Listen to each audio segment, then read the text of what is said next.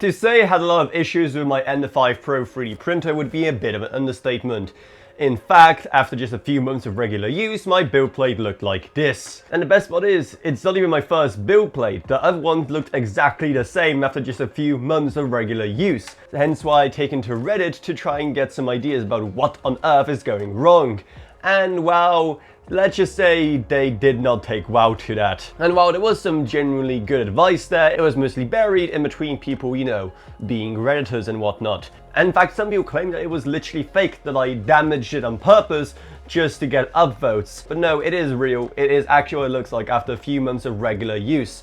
And, you know, I almost wished it was fake. But also at the same time, I would literally never be sad enough to do something like this just to get karma on Reddit. But that whole thread kind of inspired me to do a bit of a post-mortem, if you will, to try and really see exactly what went wrong here.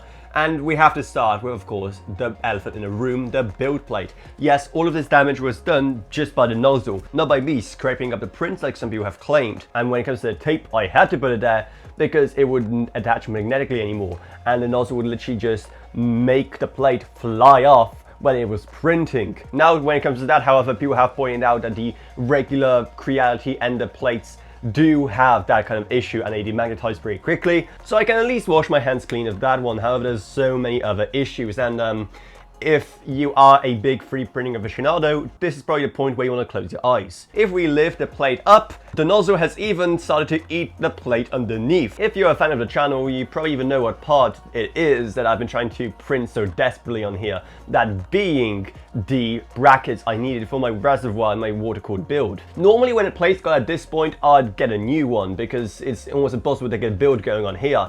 However, that project was already so over budget, I literally had no money for another build plate. I kind of pushed a bit far just to get these brackets. Even if they didn't look good, I just needed them as soon as possible. You can even see that I tried printing them in different areas of the build plate, literally wherever it is the smoothest and the flattest, but no dice. And in the end, a family friend ended up printing them for me. Hence why I have these red brackets that don't really match anything else in my build right now. Another thing you may have noticed is all of these dots in the corners. Those come from the auto honing process that happens whenever a new build begins. However, they would always leave this kind of small indent in the corner that made the process kind of difficult, right? Because it needs a flat surface to detect where it hits the plate, though with all of these dots it was kind of difficult. So I would rotate the plate 90 degrees, and then when there was no space left there, I would rotate it again 90 degrees, and so on and so forth until all four corners were unusable. But none of that answers the main question of how did it get so bad? Well, I wish I knew. Now, probably the biggest culprit here is just the leveling and the exact offset that the nozzle was trying to print at, given how it literally turned into an engraver, ripping and tearing into the plate and even the bed underneath. The system board isn't the greatest on this printer, given how it is a pretty entry level. So you have these wheels under the bed in all four corners to tighten or loosen it. So you have to be pretty precise in order to have all four corners be about level. And I quickly found out that making them just a bit too low made that the builds just didn't stick at all, and making it a bit too high meant that while they did stick, it did some pretty bad damage to the plate. And to the people saying that the nozzle was probably all messed up, well no, it actually looks pretty fine, because some of the filament would just turn into this weird goop on it and it had to be scraped off. Again, don't ask me why it happens, I have no idea. Before the plates got to this stage, the builds were actually pretty good, be it more simple stuff like Benchy, or even more complex projects we did on this channel, like that replica Steam Deck, or even when I showed you how to export stuff from your Minecraft world into a 3D printable form. But whatever, it was still pretty fine. And if that was the only issue with this printer, then, you know, there'd still be some point in trying to get it up and running again. However, it isn't. Another issue is with the filament tube. Now, we would very often get filament stuck deep inside. In fact, there is some right now, and no, not even heating the nozzle helps because of the point where it broke. So the solution was to sometimes just, you know, snip a bit of that tube to free the filament inside and then basically reattach everything again. The problem was that, you know, while it worked at first, now the tube itself got so short that it's actually not long enough for the nozzle to properly reach the other side of the build area. Yes, that's how messed up this printer is. You know me, I'm a kind of a stubborn person who likes to repair stuff even if it doesn't make too much sense.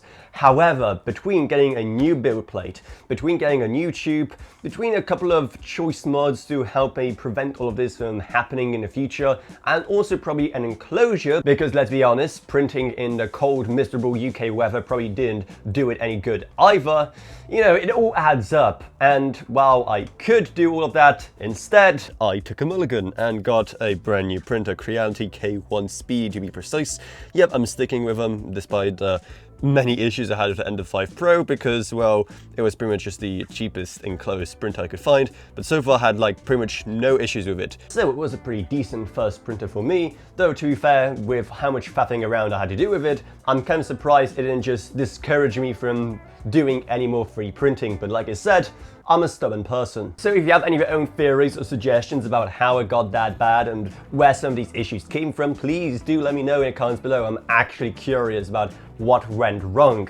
And maybe check out a Patreon as well, so I can hopefully get the money back I spent on buying all of these build plates. Plus huge thanks to Gavin Burns, Just a Rage, Ella Vroniak, Bartosz Welko, Patrick Harrison, none pseudonym, Meg Sumner, and Shane Allcroft. But anyway, that's not it, so I hope you enjoyed this video. If you did, remember to subscribe, like whatever, and I'll see you all in whatever I make next. Goodbye everyone. Goodbye.